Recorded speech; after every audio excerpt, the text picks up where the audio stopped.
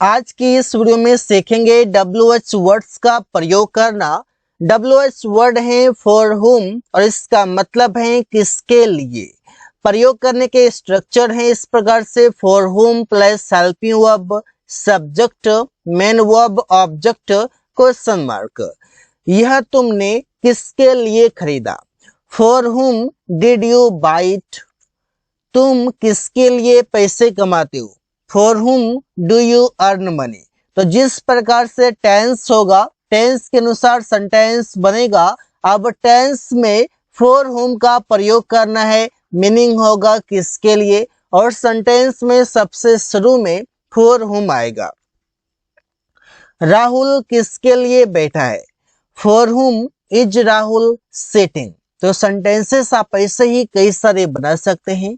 अगला वर्ड है for what और इसका मतलब है किसके लिए, किस लिए। तो किस लिए का मतलब है फॉर व्हाट और किसके लिए का मतलब है फॉर हुम। जैसे for what plus helping verb, subject, main verb, object, question mark. Ramesh किस लिए घर जा रहा है। दैट मीन्स कि you want to know reason, कि आप रीजन जानना चाहते हैं, कारण जानना चाहते हैं किस लिए। तो for what is Ramesh going to house. तुम किस लिए मुझे पैसे दे रहे हो। For what are you giving me money. For what are you giving me money. तुम मुझे किस लिए पैसे दे रहे हो। प्रिया किस लिए खाना बना रही है। For what is Priya cooking food. तो इससे ही सेंटेंसेस बनते हैं फॉर व्हाट से। सेंटेंस के शुरू में ही फॉर व्हाट आएगा, इसके बाद टेंस के अनुसार हेल्पिंग वर्ब, जैसे कि यहाँ पर इज आर का प्रयोग किया गया है। अगला शब्द है हुम और हुम का मतलब है किसे। अब किसे शब्द प्रयोग होगा किसी पर्सन के लिए, किसी व्यक्ति के लिए। अगर किसी वस्तु के लिए करना है तो उसके लिए अलग शब्द है। हुम helping verb, subject, main verb, object, question mark होगा। तुम किसे चाहते हो। हुम डू यू वांट। बच्चे किसे पीटा। हुम डिड चिल्ड्रन बीट। यहाँ पर टेंस जिस प्रकार से होगा उस तरीके से सेंटेंस बनेगा। वे लोग किसे खोज रहे हैं। हुम are they searching. Whom they are finding. Look, ऐसे लुकिंग भी बोल सकते हैं। कई सारे शब्द हैं जो कि आप एक दूसरे जगह पर प्रयोग कर सकते हैं। फ्रॉम वेयर दैट मीन्स कहां से। You want to know about place. From where helping verb, subject, main verb, object, question mark होगा। तुम कहां से हो। जैसे इंट्रोडक्शन आप पूछते हैं तो आप पूछते हैं ना कि तुम कहां से हो। तो from where are you. From where are you, तुम कहां से हो, या वेयर आर यू फ्रॉम भी बोलते हैं। राहुल कहां से आ रहा है, किसी जगह से। इंट्रोडक्शन में आप कई बार इसे पूछते हैं। From where is Rahul coming. From where are you coming. तो इससे आप बोल सकते हैं। वे लोग कहां से परीक्षा की तैयारी करेंगे। फ्रॉम वेयर विल दे का मतलब हो जाएगा वे लोग। Will they prepare for the examination, यहाँ पर प्रिपेयर हो जाएगा। हाउ मेनी मीन्स कितने। अब इन सभी शब्दों का प्रयोग स्पोकन इंग्लिश हो, इंग्लिश ग्रामर हो, बोथ जगह पर आप इसका प्रयोग करते हैं। हाउ मेनी का मतलब है कितने, वो नाउन जो काउंटेबल नाउन होगा उसके साथ प्रयोग होगा, और वो नाउन जो होगा वो होगा प्लूरल।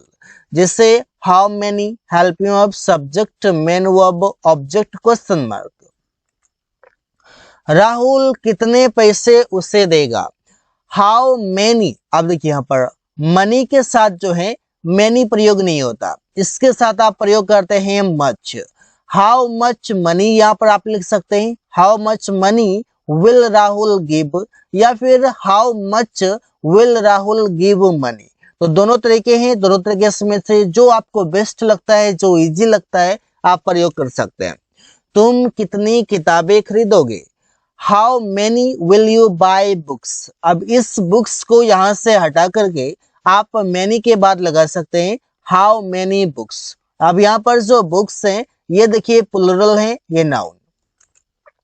वो कितने पत्र लिखेगा। How many will he write letters, यहाँ पर अ लेटर नहीं होगा, लेटर्स होगा, क्योंकि लेटर को हम गिन सकते हैं, एक लेटर, दो लेटर, इस वजह से ये लेटर्स होगा, क्योंकि हाउ मैनी प्रयोग हुआ है।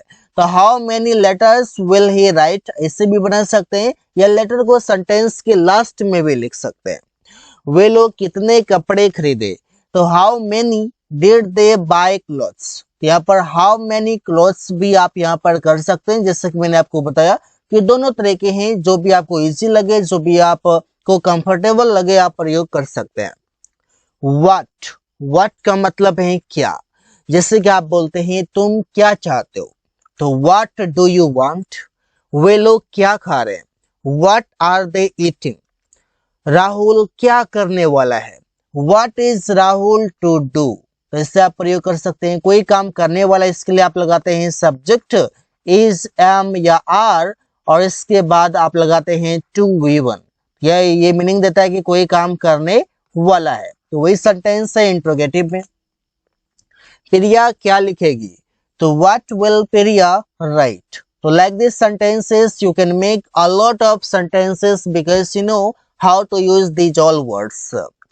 अगला वर्ड है व्हेन, और व्हेन का मतलब है कब, जिससे कि आप बोलते हैं तुम वहां कब जाओगे, when will you go there, यहाँ पर जब भी आपको पूछना हो टाइम के बारे में कि कोई भी काम आप कब करेंगे, टाइम बताइए। राहुल कब मेरा इंतजार कर रहा था, when was Rahul waiting for me, यहाँ पर राहुल है, अमन, सुमन, रवि, रोहन, कुछ भी आप यहाँ पर कर सकते हैं, बदल सकते हैं। वे लोग कब मुंबई जाएंगे, when will they go to Mumbai, यहाँ पर वेन के बाद आपके टेंस का हेल्प यू प्रयोग करेंगे। मेरा भाई कब अंग्रेजी सीखेगा, when will my brother learn English. अगला शब्द है वाई, और वाई का मतलब है क्यों, जब भी आप रीजन जानने की बात करते हैं वहां पर होता है। इससे तुम्हारा भाई क्यों राहुल से बात कर रहा है, why is your brother talking to Rahul, तुम क्यों वो काम कर रहे हो, वाई आर यू डूइंग दैट वर्क। रिया क्यों अंग्रेजी सीखेगी, why will Riya learn English, तो ऐसे आप सेंटेंसेस बनाएंगे। वाई के बाद हेल्पिंग वर्ब आएगा, जैसे कि यहाँ पर विल है, यहाँ पर आर है, यहाँ पर इज है। वेयर, और वेयर का मतलब है कहाँ, बेसिक तरीके से इसका प्रयोग करते हैं, जैसे तुम कहाँ रहते हो, तो वेयर डू यू लिव। इन सभी सेंटेंसेस का प्रयोग आप इंट्रोडक्शन में प्रयोग कर सकते हैं, आप डेली लाइफ में प्रयोग कर सकते हैं। वे लोग कहाँ तुम्हारे साथ जाएगा, where will they go with you. Aman कहाँ खेल रहा है, where is Aman playing. Whose, whose का मतलब है किसका, जिससे आप प्रयोग करते हैं कि किसका पेन यहाँ रखा हुआ है, तो whose pen is lying here, ये यहाँ पे आप बोल सकते हैं केप्ट हियर। किसका किताब तुम खोज रहे हो, whose book are you searching. तुम किसका कार खरीदोगे, whose car will you buy. तो ऐसे ही आप सेंटेंसेस बना सकते हैं हुज की मदद से। अगला शब्द है हाउ, हाउ का मतलब है कैसे, जब भी आप जानना चाहते हैं वे के बारे में कि कोई भी काम किस तरीके से हुआ है, उसके लिए आप हाउ का प्रयोग करते हैं। इससे तुम कैसे अभ्यास करते हो, and you are speaking very good English, तो कैसे बोलेंगे हाउ डू यू प्रैक्टिस, तुम कैसे प्रैक्टिस करते हो। प्रैक्टिस में यहाँ पर TIS हो जाएगा। वे लोग कैसे परीक्षा की तैयारी कर रहे हैं, how are they preparing for the exam, तुम कैसे उसका मदद करोगे, how will you help him. यहाँ पर आप देख सकते हैं कि हाउ का प्रयोग सेंटेंस के शुरू में हुआ है कैसे शब्द के लिए। हाउ मच, और इसका मतलब है कितना, इसका प्रयोग करते हैं अनकाउंटेबल नाउन के साथ। राहुल ने कितना चावल खरीदा, how much rice did Rahul buy. तुम कितना अभ्यास करते हो, दैट मीन्स कि अभ्यास को गिनती नहीं कर सकते हैं, तो how much practice do you do, तो प्रैक्टिस यहाँ पर TISE होगा। उसने कितना पैसे दिया, how much money did he give. Like these sentences you can make and you can speak in your daily life because it is very good sentences. It is very easy to understand and use as well. विच और विच का मतलब है कौन सा या कौन सी, दोनों तरीके से आप बोल सकते हैं। जैसे कि कौन सा कार तुम्हें पसंद है या कौन सी कार तुम्हें पसंद है, तो which car do you like, इससे बोल सकते हैं। कौन सी पेन तुमने खरीदा, विच पेन डिड यू बाय।